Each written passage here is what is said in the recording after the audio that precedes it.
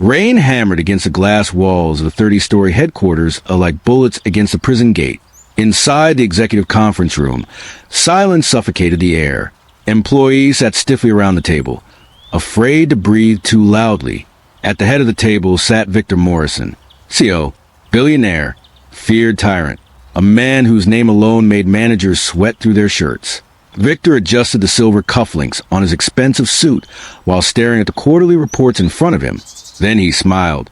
And somehow, that smile terrified everyone even more. Sales are down 3% in the Northern Division, he said calmly. No one answered. No one dared. Victor slowly lifted his eyes. Who's responsible? A regional manager named Paul swallowed hard. "Yes, sir, the supply chain delays." Victor slammed the folder shut. The sound echoed like a gunshot. "You people always have excuses." Paul's hands trembled. Victor stood up and walked around the table slowly like a predator circling wounded animals. "You know what disgusts me?" he continued. "Weakness, laziness, mediocrity." Nobody moved. Nobody blinked. Victor stopped directly behind Paul, then leaned down beside his ear. "You're fired." Paul's face went pale. "Yes, sir, please. I have kids." Victor smirked. "Then maybe you should have worked harder." Two security guards entered immediately. Everyone looked down at the table as Paul was dragged out. Some employees looked horrified. Others looked numb, because this wasn't unusual. Victor Morrison fired people the way other people deleted emails. No warnings, no mercy, no justification. And the worse someone begged, the more he enjoyed it. That was the culture inside Morrison Hypermart. Fear, humiliation, obedience.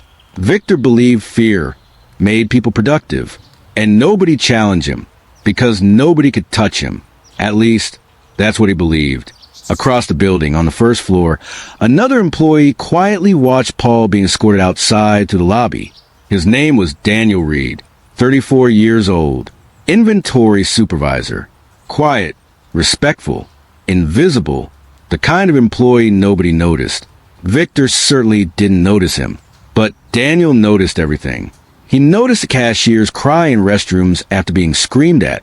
He noticed managers collapsing from stress. He noticed how Victor publicly humiliated workers during meetings just to entertain himself. And he noticed something else. The company books didn't add up. For months, Daniel had seen irregular shipments entering warehouses at strange hours. Products missing from inventory. False losses. Shelf suppliers. Numbers that made no sense. At first, he ignored it, because people who asked questions at Morrison Hypermart disappeared fast. But then came a night everything changed. Daniel returned home exhausted after a 16-hour shift. His 7-year-old daughter Emma ran to hug him the moment he opened the door. "Daddy." He smiled immediately. Every bad day disappeared when he saw her. His wife Sarah walked out of the kitchen carrying dinner. "You're late again." Daniel sighed apologetically. Victor called another emergency meeting. Sarah rolled her eyes. "That man is destroying your life." Daniel sat down heavily. "I know." Emma climbed into his lap. "Daddy, are you coming to my school recital Friday?" Daniel froze. Friday. Victor scheduled another mandatory overnight audit. Sarah noticed the silence. "You promise her." Daniel looked at his daughter's hopeful eyes, and his heart shattered. "I'll try, sweetheart." Emma smiled, but Sarah didn't, because she already knew what would happen. Victor Morrison always came first, even over family. 3 days later, Friday arrived. Emma stood backstage in her little blue dress, searching the audience nervously. Parents filled every seat. But Daniel's chair remained empty. Back at Morrison Hypermart headquarters, Victor barked orders at exhausted employees. "I don't care if it takes all night." Daniel checked his phone repeatedly. Missed calls from Sarah. Photos from the recital. Emma smiling sadly on stage. Something inside him broke. He walked toward Victor's office. Every employee stared. Nobody approached Victor voluntarily. Daniel knocked once. "Come in." Victor sat behind a massive mahogany desk, overlooking the city skyline. Without looking up, he said, "What?" Daniel inhaled slowly. "My daughter had a recital tonight. Victor kept typing. And I asked for this evening off 3 weeks ago. Victor finally looked up. Cold eyes, emotionless, and Daniel clenched his fists. You denied it for no reason. Victor leaned back. Your personal life means nothing to me. Daniel's jaw tightened. I've worked here 9 years. And you're still replaceable. The room went silent. Victor studied Daniel with amusement, then smiled cruelly. Do you know why people like you fail in life? Daniel said nothing. Because you think your feelings matter. Daniel felt rage boiling inside him. Victor noticed and enjoyed it. You know what? Victor said casually. You're fired too. Daniel blinked. What?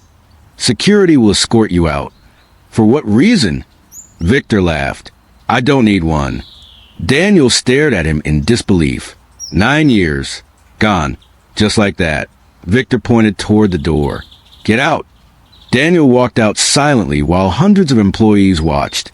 Humiliation burned through his chest. Security took his ID badge, his keys, his access card, everything. Outside the building, rain poured from the sky. Daniel stood motionless on the sidewalk, jobless, humiliated, broken. Then his phone rang. Sarah, he answered quietly. How did the recital go? There was silence. Then Sarah whispered something that made his blood run cold. Emma's in the hospital. Daniel froze. What? She collapsed after the recital. They said it's her heart. Daniel started running immediately. By the time he reached the hospital, doctors surrounded Emma's room. Machines beeped rapidly. Sarah cried uncontrollably. Daniel grabbed the doctor. What's happening? The doctor hesitated. She has a congenital heart condition. We need surgery immediately. Daniel's stomach dropped. How much? The doctor looked uncomfortable. With insurance around $200,000. Daniel nearly collapsed. He had just lost his job. And his insurance. Sarah looked at him desperately. Tell me we can save her. Daniel couldn't answer. Because for the first time in his life, he didn't know how. That night, Daniel sat alone in the hospital corridor staring at the floor. Everything felt hopeless until his phone buzzed. A known number. He answered slowly. A female voice whispered, If you want to know why Victor Morrison really fired you, meet me tomorrow. Alone. The line disconnected. Daniel stared at the phone. His pulse quickened. The next evening, Daniel arrived in an abandoned parking garage downtown. A woman stepped out from the shadows. She wore a Morrison Hypermart corporate badge. My name is Lisa Grant, she said quietly. Internal accounting. Daniel frowned. Why contact me? Lisa looked nervous. Because Victor Morrison is dangerous. Daniel crossed his arms. I already know that. No, Lisa whispered. You don't. She handed him a flash drive. Daniel looked confused. What is this? Evidence. Of what? Lisa swallowed hard. Money laundering. Illegal imports. Fraud. Bribery. Daniel's eyes widened. Lisa continued. Victor's been using the company to move illegal money through fake inventory losses. Daniel stared at her. Why tell me this? Because I found out he plans to blame everything on lower employees if authorities investigate. Daniel's voice hardened. And I'm one of those employees? Lisa nodded slowly. He fired several people already to erase connections. Daniel suddenly understood. Paul, others, not random, calculated.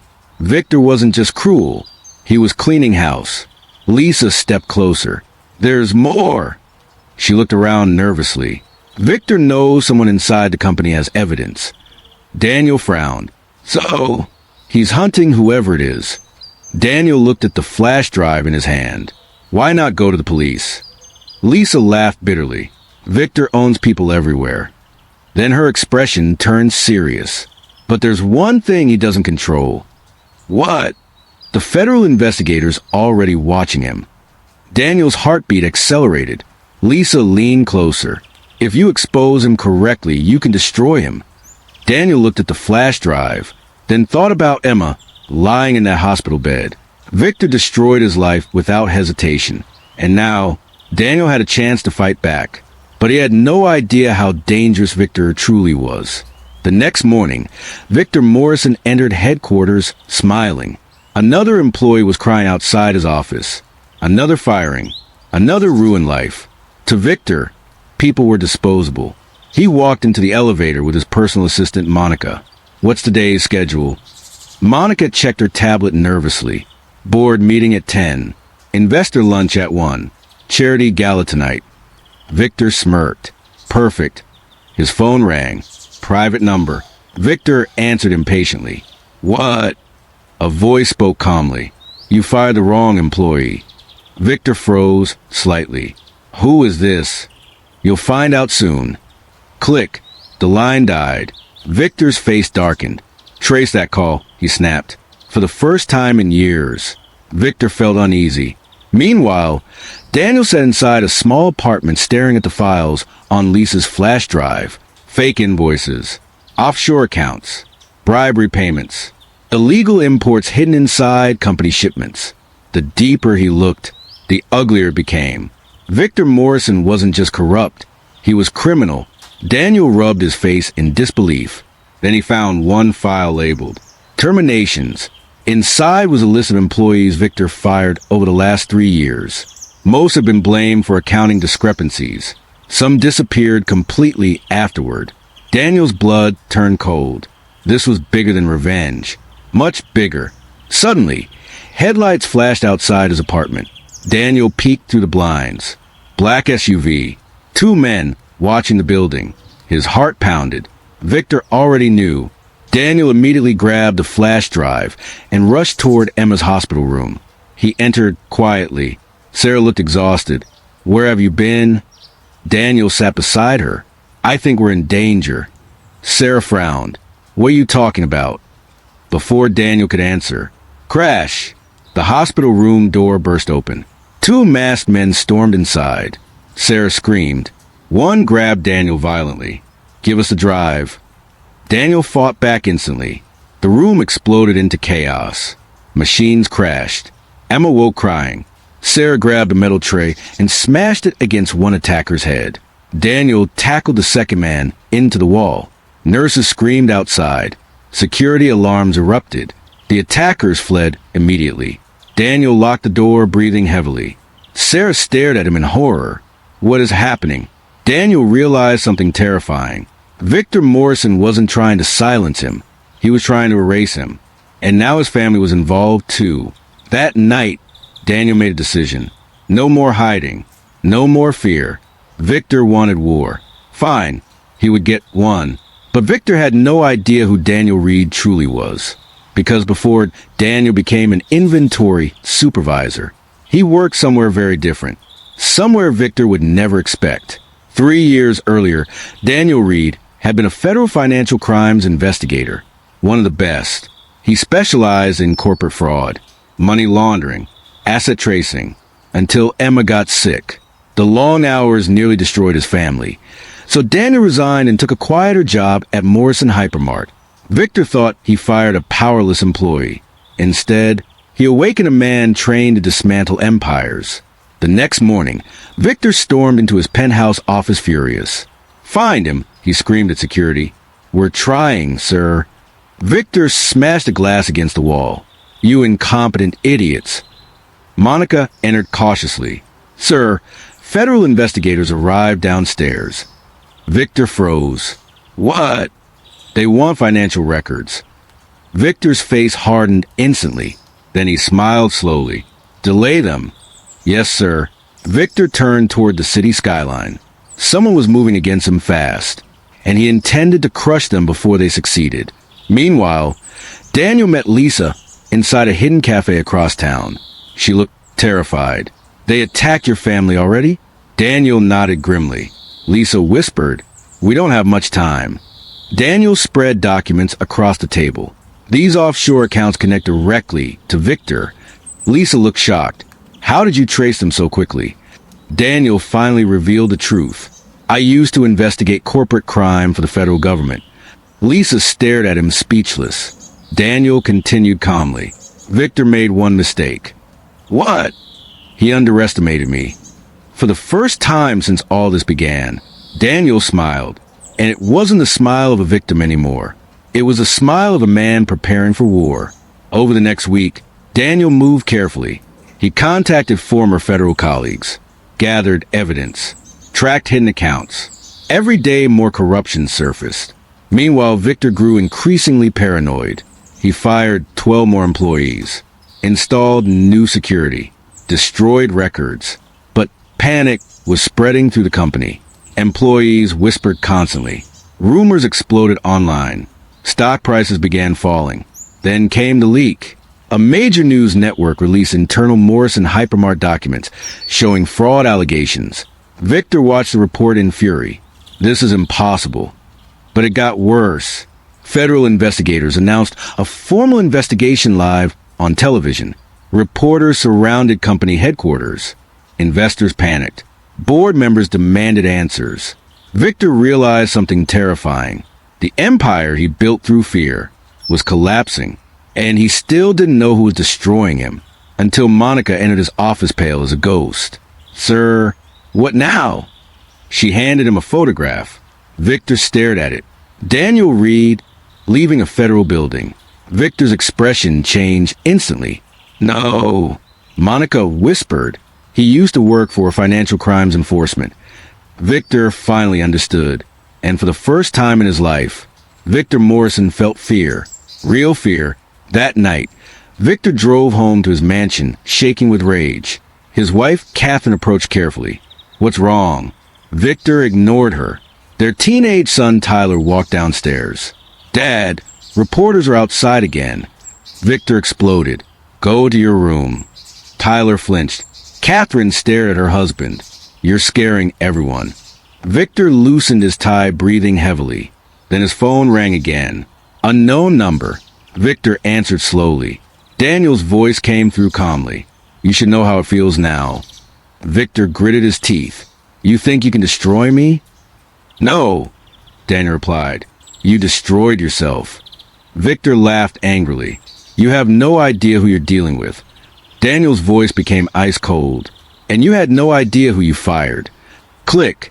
Victor stared at the phone, trembling. The hunter had become the hunted. Days later, federal agents stormed Morrison Hypermart headquarters with warrants. Employees watched in shock as executives were escorted out in handcuffs. News helicopters circled overhead. Victor tried to leave through a private garage, only to find Daniel waiting beside his car. Rain poured heavily between them. Victor stared at him with hatred. "You..." Daniel stepped forward calmly. "You ruined people's lives for years." Victor smirked bitterly. "And now you want revenge?" Daniel shook his head. "No." He looked directly into Victor's eyes. "I want justice." Sirens echoed nearby. Federal vehicles entered the garage. Victor's confidence cracked. "You think arresting me changes anything?" he hissed. "Men like me always survive." Daniel leaned closer. "Not this time." Agents surrounded Victor immediately. Cameras flashed everywhere. Victor Morrison, the untouchable CEO, was arrested publicly in front of the entire nation. Employees across the country watched the footage in disbelief. Some cried, some cheered, some finally felt free.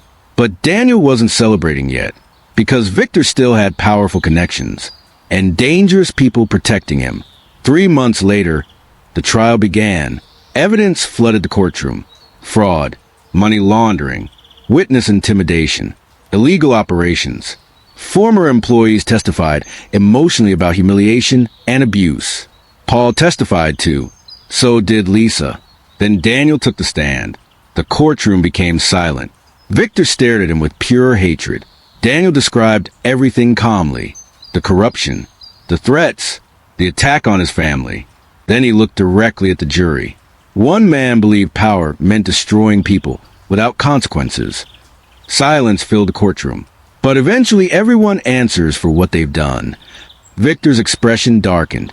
Days later, the verdict arrived. Guilty. All charges. Victor Morrison was sentenced to 35 years in federal prison. The courtroom erupted. Reporters exploded with questions. Former employees cried tears of relief. Outside the courthouse, Daniel held Sarah and Emma tightly. Emma had successfully received surgery thanks to compensation funds recovered during the investigation. For the first time in months, peace finally returned. But the story didn't end there. 1 year later, Morrison Hypermart reopened under new leadership. Employees were treated fairly. Wages improved. Workplace abuse policies changed completely. And on the first day of reopening, Daniel walked through the store quietly, not as an employee, but as a board advisor helping rebuild the company ethically. A young cashier smiled nervously. "Sir, is it true you took down Victor Morrison?" Daniel smiled slightly. "No." He looked around at employees finally working without fear. He took himself down. Then he walked away. Meanwhile, deep inside a federal prison cell, Victor Morrison sat alone staring at the wall. No luxury, no power, no control, only silence. The same silence his employees once feared. A guard approached the cell slowly. "You've got a visitor." Victor frowned. "Who?" The guard smirked. "You'll see." Victor followed him into the visitation room, then stopped cold, because sitting across the glass was someone smiling. Someone Victor never expected to see again. And the moment Victor recognized the face, his blood ran cold. Screen cuts to black. Text appears. Should there be part 2? What do you think happened next? Was justice enough, or does Victor still have secrets? Comment below.